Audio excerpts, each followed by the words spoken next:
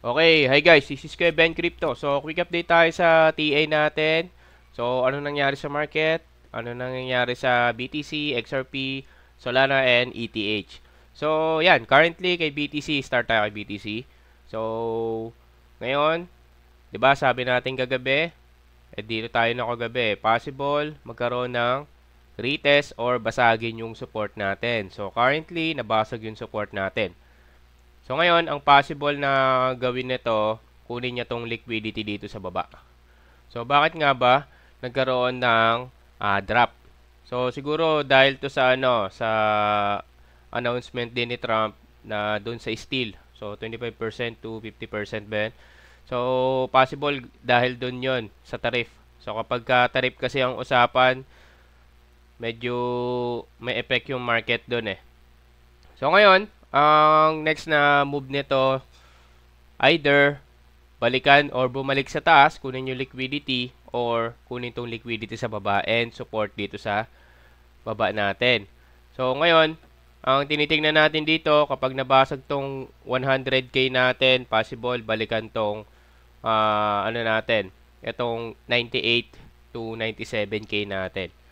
Pero ngayon, currently, monitored lang muna tayo dahil wala tayong entry dito. So, monitor lang muna ako. Pero kagabi, nakapag-entry ako dito. Kasi 'di ba sabi natin close. Kaya lang nag-set lang ako ng TP ko na 20%. So, almost 20%, 19 point something yung naging TP ko dito eh. So, hindi ako nagsagad kasi medyo malikot yung market. Baka kasi madali tayo bigla. Kaya ang ginagawa ko ngayon, medyo lang, TP-TP lang muna ng 20%. So, hindi ako nag-clear ng TP. So, naglalagay muna ako ng TP sa ngayon na 20% para kung bumaba, so at least TP pa rin, 'di ba? So, medyo malikot yung market. Kaya di natin ngayon, pero ang possible na kunin nito, either kunin yung liquidity sa taas or itong liquidity sa baba or basagin tong support ulit. So, yun, check natin kung ano yung mangyayari ngayon. So, mag-weekend na naman, possible magkaroon ng consolidation ulit dito. So, possible to bukas or mamaya.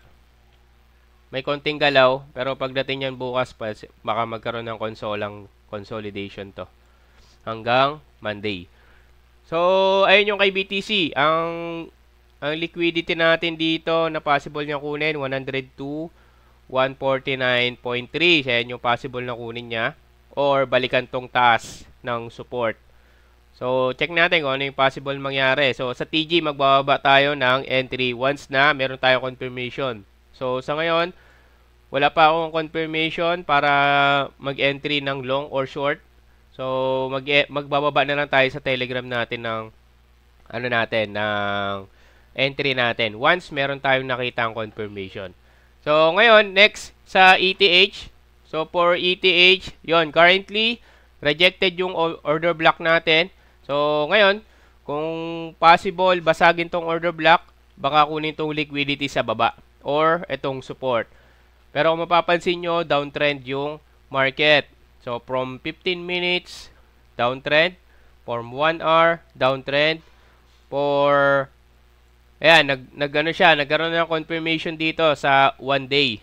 Kaya check natin kung ano yung possible mangyari dito in Monday or Tuesday kasi possible to bukas magkaroon ng ng console lang to eh.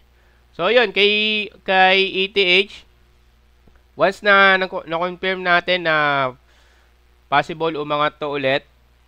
So check natin to. So ang natin is 2503.77 ang natin, ang order block. So kapag ito rejected, possible may kunin siyang liquidity dito sa taas. So magtitipi lang muna ulit ako ng 20% for safety.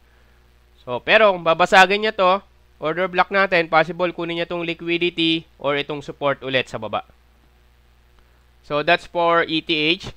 Next for XRP, kung mapapansin nyo, XRP, rejected din yung support natin. So, currently, nagpo-form siya ng possible umangat or kunin tong liquidity sa taas. Pero, check natin kung ano yung possible mangyari. Once na makita tayong confirmation dito, pwede akong mag-entry dito. So, magbababa tayo sa Telegram ng entry natin. So, next for Solana. So, ang ano natin, ang ano natin dito kay XRP is 2.1366. So, ayan yung ano natin, support, tsaka 2.1181. So, ngayon, currently, nagpa-form siya na possible umangat. Pero still, kakapalit na ng candle, 10:17 pa lang. So, 30 minutes ang judgment natin. 30 to 40 minutes ang judgment. So, next, for Solana. So, sa Solana, nabasag yung isang support natin.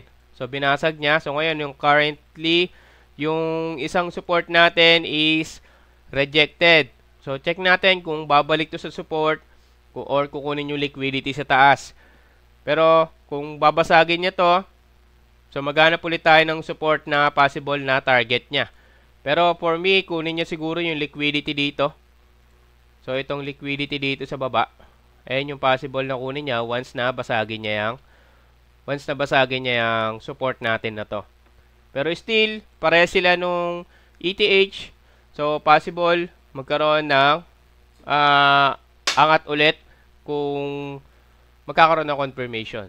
So, ang support natin ngayon dito, yan, 155.630 tsaka 153.152.